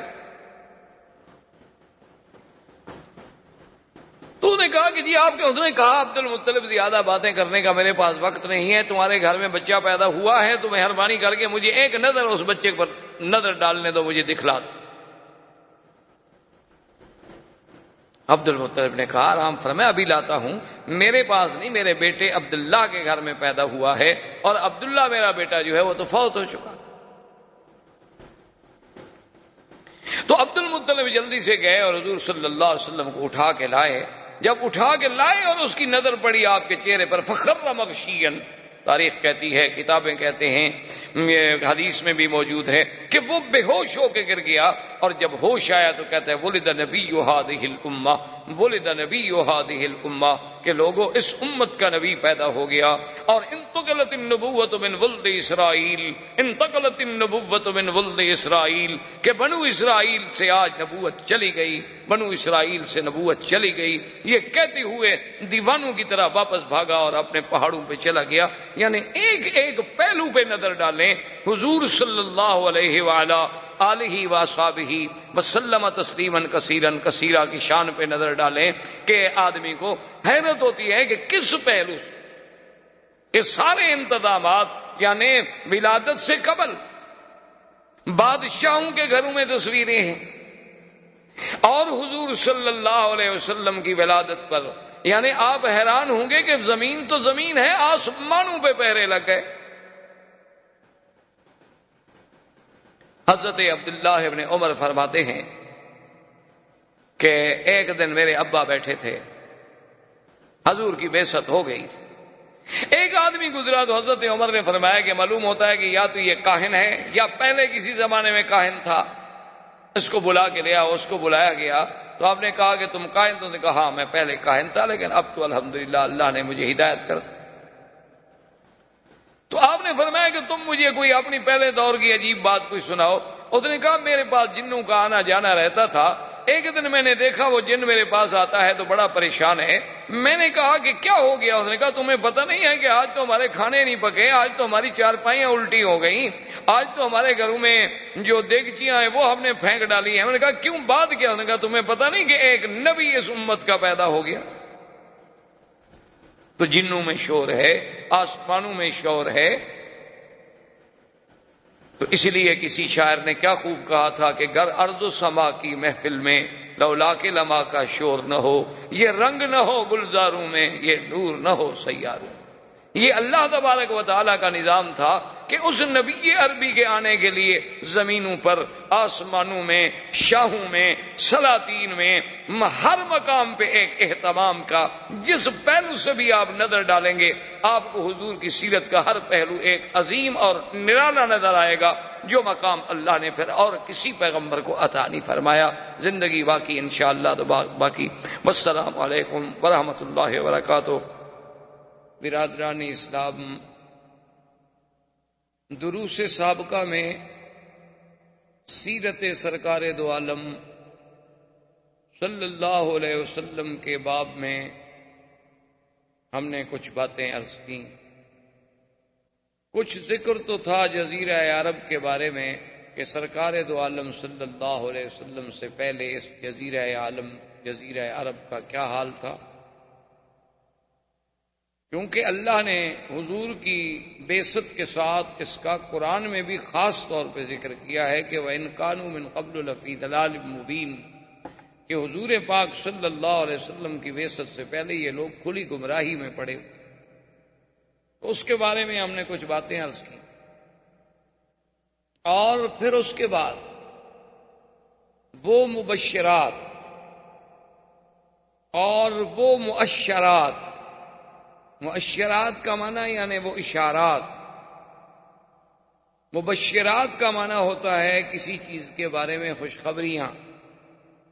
تو یہ میں نے سیرت کے پہلو سے پہلے عرض کیا تھا کہ یہ ساری چیزیں ایسے نہیں ہیں کہ خود بخود ایک اتفاق ہے، بلکہ یہ بالکل اگر آدمی بڑے تأمل سے، غور سے، فکر سے سرکار دو عالم صلی اللہ علیہ وسلم کی سیرت طیبہ کے ہر پہلو پہ نظر ڈالے تو سمجھ آتا ہے کہ خالق کائنات نے یہ سارا انتظام، یہ ساری بساط جو ہے یہ اسی لیے بچھائی گئی.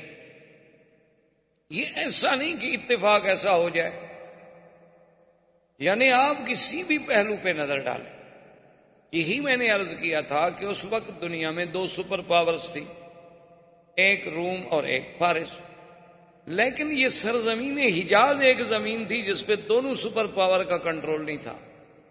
تو اللہ تبارک و تعالیٰ کا اس خطے کو منتخب کرنا حضور کی ولادت کے لیے، تو اس میں آخر کوئی بات تو ایسی تھی کہ 2 طاقتیں، ایک اس طرف ہے اور ایک اس طرف ہے، ایک ماورا نہر ترکمنستان کی طرف اور ایک المانیہ سے لے کر حبشہ سے لے کر یہاں تک، یہ دونوں طاقتیں باہر سے گھرے ہوئے ہیں. لیکن یہ درمیانی ٹکڑا کسی کے تسلط پہ نہیں. اور اللہ پاک نے اسی جگہ اپنے اس آخری نبی خاتم الانبیاء صلی اللہ علیہ وسلم کو پیدا فرمایا. کیونکہ یہ تو پھر آپ کے اپنے تدبر پہ ہوتا ہے. اب دیکھیں نا جی، جیسے آج کل سنا آپ نے اور پڑھا اپنے اخباروں میں بھی، ہندوستان کا، پاکستان کا ایٹمی دھماکے کرنا، یہ ساری چیزیں آپ نے پڑھی ہے. تو اس پر ایک جو سائنسدان ہیں وہ اپنی نظر ڈالے گا، جو سیاسی لوگ ہیں وہ اپنی نظر سے سوچیں گے، جو اقتصادی لوگ ہیں وہ اپنی نظر سے سوچیں گے کہ اس میں کتنا فائدہ کتنا نقصان، وہ ضرب تقسیم لگائیں گے. اور عامت الناس جو ہیں وہ اپنے فکر سے سوچیں گے. اور ایک قرآن و سنت کا طالب العلم جو ہے اسے اپنے فکر و نظر کی روشنی میں سوچنا پڑتا ہے کہ یہ بھی کوئی ایسی چیز تو ضرور ہے کہ جس سال حضور صلی اللہ علیہ وسلم کی پیدائش کا سال ہے، اسی سال میں ہاتھیوں کے بادشاہ نے حملہ کیا جو آپ پڑھ چکے. اور ہاتھیوں کے حملے کو ختم کرنے کے لیے اللہ تبارک و تعالیٰ نے پرندوں کو بھیجا. ابابیل کو بڑا معروف قصہ ہے، اور 3 پتھر لے کے آئے اور گرائے گئے اور وہ ختم کر دیے گئے ہاتھی. تو یہ وہ 3 پتھر کیا تھے جن کو اللہ نے خصوصی طور پہ قرآن میں ذکر کیا، وَأَرْسَلَ عَلَيْهِمْ طَيْرًا أَبَابِيلَ تَرْمِيهِمْ بِحِجَارَةٍ مِّن سِجِّيلٍ، کہ ہم نے وہ 3 پرندے بھیجے کہ ابابیل، اور تاکہ وہ ان پہ پتھر جو سجیل ایک خاص جہنم کی آگ میں پکائے گئے. عام پتھر نہیں تھے کہ پہاڑ کے اٹھا لو. تو اسی سے وہ ایٹم کے ذرے پہ آپ غور کریں کہ دنیا اس ذرے پہ پہنچی کہ ایک ذرے سے بھی اتنی بڑی چیزیں جو ہیں وہ تباہ کی جا سکتی ہیں. تو اصل چیز تو یہ اسلام نے پیش کی تھی، قرآن نے پیش کی تھی. پھر اپنی اپنی سوچ سے لوگ وہاں پہنچے کہ یہ ایٹم کا ذرہ کیا ہے. اچھا، اس ایٹم کے ذرے کا اس سال پیدا ہونا جس سال نبی پیدا ہوا ہو، کیا وجہ ہے آخر؟ اس پہ آپ غور کریں. اللہ نے آپ کو علم دیا ہے، پڑھے لکھے لوگ ہیں، کہ آخر اسی سال یہ اللہ پاک نے کیوں ایٹم کا ذرہ پیدا کیا. اس سے پہلے مختلف قوموں پہ عذاب آ چکے ہیں. کسی کو سیاح سے مارا گیا، کسی کو بجلی کی کڑک سے مارا گیا، کسی کو پانی میں ڈبویا گیا، کسی کی بستیوں کو الٹ کے پھینک دیا گیا، کہیں ہوا بھیجی گئی، لیکن یہ تک عذاب کسی پہ نہیں بھیجا گیا کہ اوپر سے ایک چھوٹا سا پرندہ اڑتا ہوا آئے اور ایک چھوٹی سی کنکر ڈال دے، اور وہ اگر ایسی آگے حالت ایسی پیدا کر دے کہ فجعلہم کعصف مأکول، ایسے کہ جیسے کوئی گھاس کھا کھا کے چبا چبا کے جانور پھینک دیتا ہے نا، اتنی بڑی چیزیں اس طرح ہو جائیں۔ اچھا، اسی طرح آپ دوسری بات پہ غور کریں کہ جب حضور صلی اللہ علیہ وسلم کی بعثت کا زمانہ آیا تو آسمانوں پہ پہرے شدید ہو گئے، جنات سے کاہن کہیں بھی خبر لے آؤ، خبریں لے آؤ تاکہ ہم اپنی قوم کو خبریں دیں۔ وہ کہیں کیسے خبریں لے آئیں؟ وَأَنَّا كُنَّا نَقْعُدُ مِنْهَا مَقَاعِدَ لِلسَّمْعِ فَمَن يَسْتَمِعِ الْآنَ يَجِدْ لَهُ شِهَابًا رَّصَدًا، کہ ہم کیا کریں، وہ جو ہم نے خلا میں اپنے اسٹیشن بنائے تھے جہاں بیٹھ کے ہم فرشتوں کی باتیں لے لیا کرتے تھے، اب جب ہم وہاں جاتے ہیں تو ہمیں تو دہکتے ہوئے انگارے شہاب ثاقب سے مارا جاتا ہے، یعنی یہ آسمانی میزائل بھی تو اسی وقت شروع ہو گئے۔ اب آپ زمین سے میزائل بنا رہے ہیں نا، اللہ نے حضور کی بعثت کے ساتھ آسمانی میزائلوں سے جنات پہ فائرنگ شروع کروا دی، درس دیا امت مسلمہ کو کہ یہ نبوت عالمگیر ہے، اس کی ابتدا میں تحفظ کے لیے یہ چیزیں ضروری ہیں تو اس کے بقا کے لیے بھی یہ چیزیں ضروری ہیں۔ ایک سبق ملا قوم کہ اس کے بغیر تم پھر اس نبوت کی حفاظت نہیں کر سکتے۔ اگر تم نے اس نبوت کی حفاظت کرنا ہے تو پھر تمہیں ایسی ایسی ایجادات کو حاصل کرنا ہوگا۔ اچھا جی، وہ ایجادات آپ کو کیسے ملیں گی؟ آپ کو یہ تو کہا جا سکتا تھا نا کہ بھی علم حاصل کرو، چاہے مکے سے حاصل کرو، علم حاصل کرو مدینے سے حاصل کرو۔ یہ کیوں کہا گیا اطلب العلم ولو بالسین، کہ علم حاصل کرنا ہو چاہے چین جانا پڑے؟ تو اس زمانے میں چین کا نام لینے کی کیا ضرورت ہے کہ اطلب العلم ولو بالسین؟ اچھا، اس کے بعد جب یہ آیت اتری وآخرین منہم لما یلحقوا بہم، کہ ایسی لوگ بھی آئیں گے جو ابھی آپ کے پاس نہیں آئے ہیں، تو صحابہ نے پوچھا حضور وہ کون لوگ ہوں گے؟ تو حضور نے سلمان فارسی پہ ہاتھ رکھا، فرمایا اس کے قبیلے کے لوگ ہوں گے۔ لو کان العلم بالثریا لینالہ رجل من فارس، اگر علم کہکشاں ثریا پر بھی ہوگا تو فارس کی کوئی اولاد جو ہے وہاں جا کر بھی علم حاصل کرے گی۔ اچھا، ایک جگہ لفظ ہے لو کان الدین بالثریا لینالہ رجال من فارس، کہ اگر دین وہاں تک ہوگا تو ان فارس میں سے کوئی پیدا ہوگا، معنی یہ ہے کہ عجم سے کوئی پیدا ہوگا۔ فارس عجمی ہے نا عرب کے مقابلے، فارس جو ہے وہ عجم ہے نا عرب کے مقابلے پہ۔ فارس میں سے آپ کوئی ملک لے لیں، آپ یعنی ماورا نار سارا چلے جائیں، وہ سب فارس کہلائے گا۔ تو ایک عرب تھے، فارس تھے، روم تھے، تو فارس عجم میں آئے گا۔ تو معنی یہ ہے کہ عجمی لوگ دین میں بھی اتنی آگے بڑھیں گے کہ جیسے امام ابو حنیفہ رحمۃ اللہ علیہ، اور یہ جدید ٹیکنالوجی میں بھی بڑھیں گے تو وہی عجمی ہوں گے۔ تو یہ بھی تو کوئی سبق تھا نا جو ہمیں سیرت سے ملا، صرف یہ تو نہیں۔ اور اسی کو علامہ اقبال نے کہا تھا کہ فطرت کی مقاصد کی کرتا ہے نگہبانی، یا بندہ صحرائی یا مرد کوہستانی۔ وہ یہ پہلے کہہ گیا تھا کہ فطرت کے مقاصد کی کرتا ہے نگہبانی، یا بندہ صحرائی یا مرد کوہستانی۔ وہ آخر کوئی بات تو تھی۔ آپ تصور کر سکتے ہیں وہ یہ باتیں کیوں کہہ گیا تھا کہ ایک ہوں مسلم حرم کی پاسبانی کے لیے، نیل کے ساحل سے لے کر تابخا کے کاشگر۔ اس وقت کاشگر کوئی آپ کے پاس تھا یا مسلمان تھے یا آزاد ہو گئے تھے؟ تو آخر یہ کیا وجوہات تھیں؟ تو میرے کہنے کا مقصد یہ ہے کہ آسمانوں پہ پہروں کا بٹھانا، ہاتھیوں کو ایٹم کے ذریعے سے اور خدائی ایٹم کے ذریعے سے ہلاک کرنا، اور اس کے بعد یہ ساری چیزیں جو ہو رہی تھیں یہ ایسے اتفاق نہیں تھے، یہ اس آنے والے نبی صلی اللہ علیہ وسلم سرکار دو عالم حضرت محمد مصطفیٰ اللہ تبارک و تعالیٰ کے اس آخری نبی کے آنے سے پہلے یہ سارے انتظام محض ایسے نہیں، بلکہ ان میں ہر چیز میں اللہ کی ایک حکمت۔ اب دیکھیں کہ حضور صلی اللہ علیہ وسلم کے لیے اللہ نے خاندان کیسا منتخب کیا، باعتبار نسب کے سب سے اعلیٰ، کہ ولد اسماعیل ذریت ابراہیم، ذریت ابراہیم میں، اور پھر دیکھیں ابراہیم علیہ السلام کے دو بیٹے، ایک اسماعیل علیہ السلام اور ایک اسحاق علیہ السلام۔ اسحاق علیہ السلام سے پھر یعقوب علیہ السلام، یعقوب علیہ السلام سے پھر یوسف علیہ السلام۔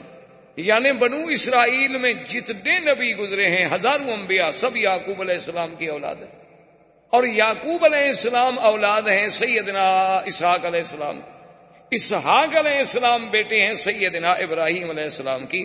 یعنی ایک بیٹے سے تو اللہ نے ہزاروں نبی بھیجے، اب جب دوسرے بیٹے کی باری آئی سیدنا اسماعیل کی، تو ان میں ایک نبی پیدا کیا، محمد الرسول صلی اللہ علیہ وآلہ آلہ واصحابہ وسلم تسلیما کثیرا کثیرا، کہ اس ہزاروں نبیوں سے بھی وہ شان میں سبقت لے گئے۔ یعنی حضرت اسماعیل کے بلد میں تو صرف ایک نبی، حالانکہ وہ بھی تو ابراہیم علیہ السلام کے بیٹے ہیں۔ اچھا، وہ بنائے کعبہ میں باپ کے شریک ہیں، اور وہ اسماعیل علیہ السلام جو ذبیح اللہ بھی ہیں، ان کی نسل میں تو صرف ایک نبی رکھا گیا، کیونکہ اللہ تبارک و تعالیٰ کی، جیسے علماء نے لکھا ہے نا، ایک عالم نے بڑی عجیب بات کہی، اس نے کہا کہ اللہ اپنی وحدانیت میں لا شریک ہے، تو ہمارا نبی بھی اپنی نبوت میں لا شریک، یعنی جیسے اس کی وحدانیت میں اس کا کوئی شریک نہیں، حضور کی بھی نبوت میں کوئی شریک نہیں، یہاں بھی اللہ نے پسند نہیں فرمایا کہ کوئی اور بھی اس کی اولاد میں نبی ہو، یہاں بھی اللہ نے میرے مدنی کو اکیلا رکھا کہ صرف ایک نبی پیدا ہو، جو محمد مصطفیٰ صلی اللہ علیہ وسلم۔ اور پھر اعلیٰ نسب ایسا کہ اللہ تبارک و تعالی نے، حضور خود فرماتے ہیں کہ ان اللہ نظر الی اہل الارض، اللہ نے پوری زمین والوں پہ نظر ڈالی، اور ان میں سے ولد اسماعیل، ولد اسماعیل میں سے کنانا، کنانا میں سے قریش، قریش میں سے بنو ہاشم، اور بنو ہاشم میں سے مجھے چن لیا۔ یعنی اللہ نے نسب دیکھیں کیسے نسب صاف کیا کہ ساری دنیا میں سے ولد اسماعیل کو منتخب کیا، اور پھر بنو کنانا، اس کے بعد ان میں سے پھر قریش کو چنا گیا، قریش میں سے بھی پھر، قریش کے بھی تو بہت بڑا قبیلہ تھا نا، آگے کئی بطن تھے، کئی شاخیں تھیں، کئی ان کی آگے فرو تھیں، ان میں سے اللہ نے بنو ہاشم کو چنا، اور بنو ہاشم کے گھرانے میں سے اللہ نے عبداللہ کو چنا، اور عبداللہ کے گھر میں اللہ نے محمد الرسول اللہ صلی اللہ علیہ وآلہ آلہ وصحبہ وسلم تسلیما کثیرا کثیرا کو چنا۔ یعنی آپ اندازہ فرمائیں یہ سارا ایسے تو نہیں۔ اور پھر یہ دیکھیں کہ جب قریش کا خاندان، یہ لوگ اپنے شرف کے لیے، یعنی اتنے لوگ تھے کہ آج کل تو لوگ پیسوں کے لیے لڑتے ہیں، آج کل تو لوگ پیسوں کے لیے لڑتے ہیں، عورت کے لیے لڑتے ہیں، زر کے لیے لڑتے ہیں، زمین کے لیے لڑتے ہیں، لیکن یہ خاندان جو ہے اس کا کمال دیکھیں، یہ اپنے شرف کے لیے لڑتے تھے کہ یہ ہماری عزت کا مسئلہ ہے۔ ان کی جتنی لڑائیاں آپ دیکھیں گے شرف کی تھی۔ اب دیکھیں کعبۃ اللہ بن گیا، حجر اسود پہ لڑائی ہو گئی، تو اس کا مقصد کیا تھا؟ حجر اسود پہ لڑائی ہو گئی، اور لڑائی کا بھی یہ عالم تھا کہ باقاعدہ خون کے پیالے بھر کے ہاتھ ڈبوئے گئے، خون کے پیالے بھر کے رکھے گئے، قریش کے سرداروں نے اس میں ہاتھ ڈالے، ہاتھ ڈال کے پھر ایک دوسرے سے ہاتھ ملائے کہ ہم خون دے دیں گے، اپنا آخری قطرہ تک بہا دیں گے، لیکن حجر اسود ہم رکھیں گے، تاکہ قیامت تک یہ شرف ہمیں ملے کہ فلاں قبیلے نے حجر اسود رکھا تھا، فلاں آدمی نے حجر اسود رکھا تھا اللہ کے کعبے میں۔ سب لڑنے مرنے پہ تیار ہو گئے۔ لڑائی کس بات کی تھی؟ شرف، کہ یہ شرف ہمیں ملا۔ اسی طرح آپ دیکھیں کہ بنو قصی ابن، ان میں سے جب بنو عبدالدار آئے، ان کا پھر لڑائی یہ ہو گئی کہ جناب یہ کعبۃ اللہ کا رفادہ، کعبۃ اللہ کا حجابہ، کعبۃ اللہ کا سقایا، یہ زمزم کا پلانا، کعبۃ اللہ کی چابی، کعبۃ اللہ کا انتظام، حاجیوں کی خدمت، یہ شرف ہے، یہ تو ہمیں ملے اور کسی کو ہم نہیں دیتے۔ یعنی اتنے اعلی خاندان کہ جو اپنے شرف کے لیے لڑتے رہے، اپنے شرف کے لیے مرتے رہے، کہ صرف ہمارا نام جو ہے، ہمارا شرف جو ہے وہ اونچا رہے۔ یعنی اپنی عزت کا اتنا خیال تھا کہ آپ حیران ہوں گے کہ ابو سفیان جو حضور کے چچا ہیں، وہ اتنے بڑے حضور صلی اللہ علیہ وسلم کے مخالف تھے کہ جنگ بدر بھی اسی سبب سے ہوئی تھی کہ ابو سفیان قافلہ لا رہے تھے، اور پھر احد کی جنگ کا اصل قائد جو ہے وہ ابو سفیان تھا، یعنی حضور سے جنگ لڑنے کے لیے مکے سے مدینہ پہنچا، اتنی عداوت رکھنے والا آدمی۔ لیکن جب حضور کی شادی ام حبیبہ سے ہو گئی رضی اللہ تعالی عنہا، جو ابو سفیان کی بیٹی تھی، وہ مسلمان ہو گئی تھی، اپنے شوہر کے ساتھ حبشہ چلی گئی، وہاں اس کے بعد جب بیوہ ہوئیں اور اس کے بعد وہاں سے فارغ ہوئیں تو پھر ان کا نکاح حضور سے ہوا، جو نجاشی بادشاہ نے کیا، حق المہر بھی نجاشی بادشاہ نے ادا کی۔ تو جب ام حبیبہ حضور کی بیوی بن گئیں اور ابو سفیان کو پتہ چلا تو اس نے کہا بات یہ ہے کہ ھذا فحل لا یجدع انفہ، کہ اب محمد مدنی کی ناک کو نیچے نہیں کیا جا سکتا۔ اب ان کو اتنا بڑا شرف مل گیا ہے کہ ابو سفیان کی بیٹی اس کے گھر میں ہے، تو جب میری بیٹی کا وہ شوہر ہو اب اس کا ناک نیچے کون کر سکتا؟ اب تو اتنے بڑے سردار کی بیٹی اس کے گھر میں چلی گئی، یعنی اپنے شرف پہ مر مٹنے والی قوم۔ اور پھر جناب آپ دیکھیں کہ عبد المطلب کے بھی اس بیٹے کے گھر میں حضور پیدا ہوتے ہیں جس کا نام عبداللہ ہو، یعنی آپ اندازہ فرمائیں۔ اسی لیے آپ دیکھیں نا جی کہ لفظ، حالانکہ اس زمانے میں تو عام نام ہوتے تھے، عبداللہ، عبد العزیٰ، عبد المنات، فلاں بتوں کے نام پر نام رکھے جاتے تھے، لیکن اس نام کا انتخاب بھی تو کوئی قدرت کی طرف سے ہو رہا تھا نا، کہ میرے مدنی کے نام کے ساتھ ان کے کسی نسب میں کوئی ایسا نام بھی نہ آئے نا جس میں شرک کی بو آتی ہو۔ اللہ تبارک و تعالیٰ کی حکمت۔ یہ سارے اہتمامات کے بعد اب دیکھیں کہ آپ کی والدہ، پھر اس کا نسب جو ہے، چونکہ حضور کا مولد کیا تھا؟ مکہ، اور حضور کا مہجر کیا ہے، مقام ہجرت کیا ہے؟ طیبہ اور مدینہ۔ تو بی بی صاحبہ، بی بی آمنہ جو ہے، ان کا گھر جو ہے مدینہ میں ہے۔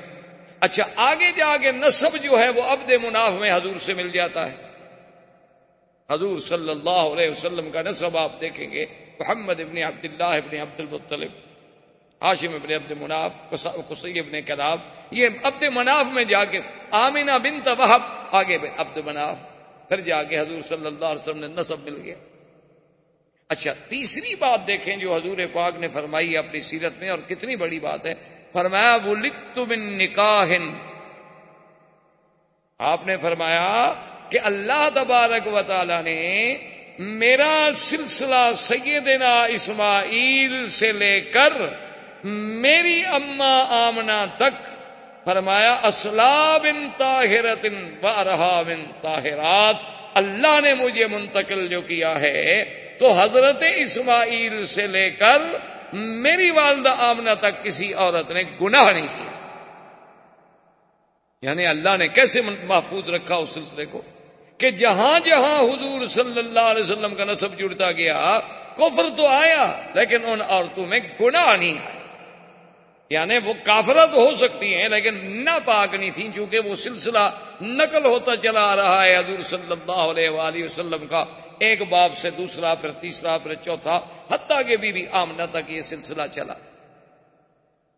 اور اسی طرح بی بی آمنہ فرماتی ہیں سرکار دو عالم صلی اللہ علیہ وسلم کا جب حمل مبارک ٹھہرا، جب حضور صلی اللہ علیہ وسلم ابھی بطن والدہ میں تشریف لائے، تو فرماتی ہیں خدا کی قسم ہے کہ ایسا حمل تو مجھے پہلے کبھی دیکھنے کا بھی اتفاق نہیں ہوا کہ یہ پہلا حمل تھا جس میں مجھے تکلیف نہیں ہوتی تھی، ورنہ حمل ایک ثقل ہے، ایک بوجھ ہے ماں کے لیے۔ لیکن فرماتی ہیں لما حملت بمحمد صلی اللہ علیہ وسلم، جب میں حضور صلی اللہ علیہ وسلم میرے بطن میں آئے تو اتنے خفیف کہ مجھے کبھی محسوس ہی نہیں ہوا کہ میرے پیٹ میں کوئی بوجھ ہے۔ اور اس کے بعد بی بی صاحبہ فرماتی ہیں کہ میں نے ایک دن اسی حمل کی حالت میں خواب دیکھا، میں نے خواب دیکھا، اور خواب کیا دیکھتی ہوں کہ میرے بطن مبارک سے ایک نور نکلا ہے اور وہ پوری کائنات پہ چھا گیا ہے، روشنی اس کی جو تھی ساری زمین پہ پھیل گئی ہے۔ میں سوچتی رہی کہ اس خواب کا کیا تعبیر ہو سکتی ہے۔ تو اس زمانے میں جو کاہن تھا، وہ لوگ کاہنوں کے پاس ہی جاتے تھے، انہی سے ان کے اعتقادات تھے۔ اس سے جب میں نے پوچھا تو اس نے کہا ان لابنک ھذا شان، جو تیرے پیٹ میں بچہ ہے نا، معلوم ہوتا ہے یہ کوئی بڑے شان والا بچہ ہے، اس کا دین جو ہے وہ پورے روئے زمین پہ پھیلے گا۔ تو بی بی کہتی ہیں میں سوچتی تھی کہ کیسے وہ دین ہوگا، کیا دین ہوگا، چونکہ ان کے تصور میں نبوت اور رسالت کا تو کوئی تصور بھی نہیں۔ اچھا اسی طرح اب آپ حیران ہوں گے کہ بھئی حضور صلی اللہ علیہ وسلم کے ولادت پہلے اچھا بی بی کہتی ہیں کہ میں ایک دفعہ گزر رہی تھی تو ندا آئی، آواز آئی، اور آواز یہ آئی میرے کانوں میں کہ ابشری ابشری یا آمنہ، اے بی بی آمنہ تمہیں مبارک۔ کہتی ہے میں رک گئی، مجھے آدمی کوئی نظر نہ آئے، مجھے کوئی سمجھ نہ آئے کہ اس مبارک کا کیا مطلب ہو سکتا ہے۔ خیر بات آئی گئی ہو گئی۔ کہتی ہیں کہ پھر کئی دن کے بعد جب میں گزری، علیحدہ ان پہاڑی علاقوں میں سے جا رہی تھی، تو پھر آواز آئی کہ ابشری یا آمنہ، اے بی بی آمنہ تمہیں مبارک ہو، فإنک قد حملت بأحمد، کہ اب تیرے بدن میں جو بچہ پیدا ہونے والا ہے اس کا نام احمد ہو۔ تو کہتی ہے میں حیران ہو گئی کہ کیا بچہ ہے، ابھی نام بھی نہیں، ہمارے تو تصور میں نہیں۔ حضرت حسان ابن ثابت جو شاعر ہیں میرے مدنی پاک رضی اللہ تعالی، بہت بڑے شاعر تھے عرب کے، اور حضور صلی اللہ علیہ وسلم سے انہیں اتنی محبت تھی کہ جب بھی کسی نے حضور کی شان میں کوتاہی کی تو حضرت حسان نے جواب دیا۔ ایک دفعہ کفار قریش نے کچھ بات کی تو حضرت حسان نے کہا کہ یا رسول اللہ مجھے اجازت دیں کہ میں قریش کو جواب دوں۔ آپ نے فرمایا حسان تم قریش کو کیسے جواب دو گے، آخر میں بھی تو قریش میں سے ہوں نا، کیونکہ جب تم قریش کا گلہ کرو گے تو آخر میں بھی تو کرچی ہوں، جب تم قریش کی تنقید کرو گے تو قریش میں تو میں بھی شامل ہوں۔ تو اس نے کہا حضور آپ نے دیکھا ہے کہ کوئی بال اگر کسی آٹے میں پڑ جائے تو عورت اس کو کیسے نکالتی ہے، اس پر کوئی آٹے کا نشان بھی نہیں رہتا۔ خدا کی قسم میں قریش میں سے آپ کو ایسے نکال لوں گا کہ آپ کی ذات پر تو کوئی میل نہیں آنے دوں گا۔ حضور صلی اللہ علیہ وسلم یہ وہ شخص ہے جس کو مسجد الحرام میں خود ممبر دیتے تھے اور فرماتے تھے کہ اس ممبر پہ کھڑے ہو کے جواب دو، اور جب حسان جواب دیتے تو حضور دعا کرتے تھے اللہم ایدہ بروح القدس، کہ یا اللہ جبریل کے ذریعے میرے صحابی کے دماغ میں مضمون ڈال۔ یہ وہ شان والا آدمی ہے۔ وہ کہتے ہیں میری عمر 7 سال تھی، 7 سال تھی اور میں مدینہ منورہ میں اپنے فیملی رشتہ داروں کے پاس تھا، اور 7 سال کا بچہ کوئی ادھر سوچ ہی نہیں، کوئی تصور ہی نہیں۔ کہتے ہیں کہ وہاں کا جو سب سے بڑا کاہن تھا، میں نے ایک دن دیکھا، کیا دیکھتا ہوں کہ صبح صبح وہ مدینہ منورہ کے یہود کے ایک قلعے کے اوپر چڑھا ہوا ہے اور پکار کے اور زور زور سے کہہ رہا ہے کہ یا ایھا الناس یا ایھا الناس قد طلع نجم احمد، کہ اے لوگو وہ احمد کا ستارہ طلوع ہو گیا ہے۔ وہ ستارہ آ گیا اپنے برج میں۔ لوگوں نے کہا کہ بھی کیا مانا؟ انہوں نے کہا کہ جو اس امت کا نبی پیدا ہونا ہے اس کا نام احمد ہوگا، تو وہ ستارہ جو ہے اب اپنے مدار میں آ گیا ہے۔ مانا یہ تھا کہ حضور صلی اللہ علیہ وسلم کا حمل مبارک ٹھہر چکا ہے۔ تو اب یہود کا سردار اور ان کا کاہن وہاں یہ شور کر رہا۔ عبد المطلب کہتے ہیں کہ میں شام کی طرف نکلا تجارت کے لیے، میرے ساتھ 3 آدمی اور تھے قریش کے۔ تو وہاں ہم جب شام میں آئے تو کچھ یہودی علماء راہب بڑے بڑے جو تھے انہیں پتہ چلا کہ مکے کے کچھ لوگ آئے ہوئے ہیں، تو انہوں نے ہم سے رابطہ کیا، ہم سے ملے۔ جب ہم سے پوچھا کہ آپ لوگ کون ہیں، ہم نے کہا قریش ہیں۔ کہاں سے آئے؟ انہوں نے کہا مکہ سے آئے ہیں۔ کیوں آئے؟ انہوں نے کہا تجارت کے لیے۔ انہوں نے کہا اچھا ایک بات ہم آپ کو بتاتے ہیں کہ ابھی تھوڑی سی مدت باقی رہ گئی ہے کہ سرزمین مکہ میں ایک بچہ پیدا ہوگا اور وہ نبی ہوگا اس امت کا، اور وہ بچہ جو ہے اس کا نام محمد ہوگا صلی اللہ علیہ وسلم۔ وہ نبی ہوگا اس امت کا اور نام محمد ہوگا صلی اللہ علیہ وسلم۔ تو عبد المطلب کہتے ہیں کہ ہم چاروں نے یہ بات دماغ میں رکھ لی۔ اب عبد المطلب کہتے ہیں میرا تو بچہ پیدا ہونے کا رہا، میں تو بوڑھا ہو گیا تھا، میں نے دل میں یہ فیصلہ کر لیا کہ میرے بچوں میں سے جس بچے کے گھر میں بچہ پیدا ہوگا تو میں نام محمد رکھوں گا، پتہ نہیں شاید وہی نبی بن جائے۔ اور ان چاروں نے بھی فیصلہ کر لیا کہ ہمارا اگر کوئی بچہ پیدا ہوگا تو ہم بھی نام محمد رکھیں گے. اور خدا کی شان ہے کہ ان سب کے لڑکے پیدا ہوئے تو سب نے نام محمد رکھا. اور عبداللہ کے گھر میں جب حضور پیدا ہوئے تو عبد المطلب نے بھی نام محمد رکھا.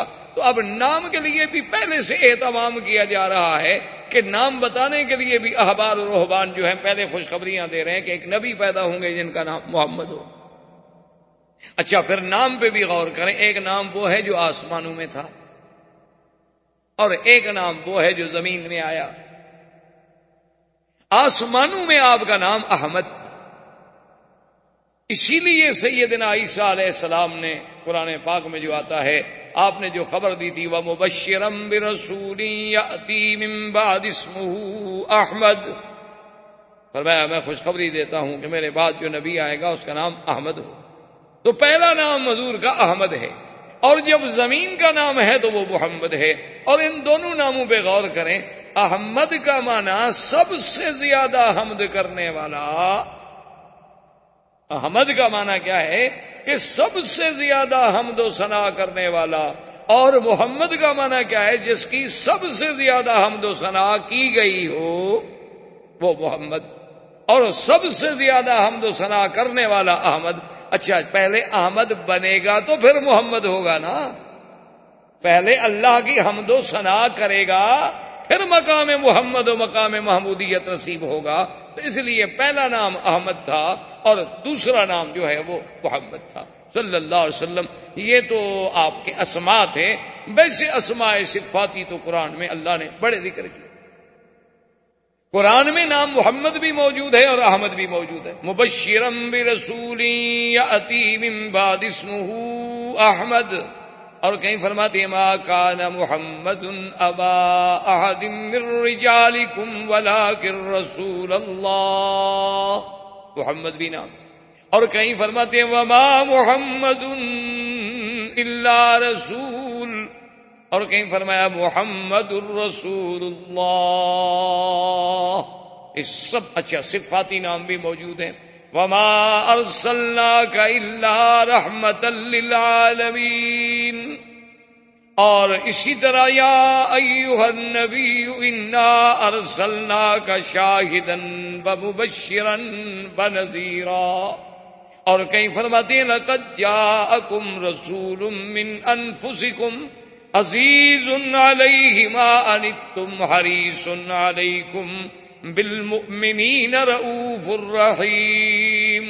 اور کہیں فرماتے ہیں وما ارسلناک الا رحمتا للعالمین. تو یہ سارے اسماء جو ہیں قرآن میں بھی موجود ہیں. اچھا اور خدا کی شان دیکھو کہ نام محمد تو قرآن میں ہے لیکن اللہ نے کہیں یا محمد نہیں کہا.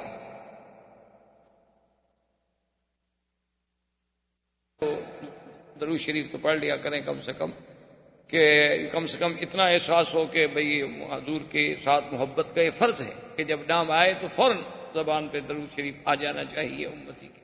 تو بہرحال میرے کہنے کا مقصد یہ تھا کہ عظمت سیرت رسول پاک پہ نظر ڈالیں کہ اللہ نے حضور کا نام تو قرآن میں 4 دفعہ لیا لیکن کسی جگہ یہ نہیں کہا کہ یا محمد. جیسے فرمایا یا عیسی ابن مریم اانت قلت للناس یا عیسی یا زکریا انا نبشرک بغلام اسمہ یحییٰ. یا زکریا یا یحییٰ خذ الکتاب بقوہ یا آدم اسکن انت وزوجک الجنہ. سب کو یا آدم یا زکریا یا. میرے مدنی کو نہیں فرمایا یا محمد. جہاں بھی فرمایا یا ایھا النبی. کہیں فرمایا یا ایھا المزمل. کہیں فرمایا یا ایھا المدثر.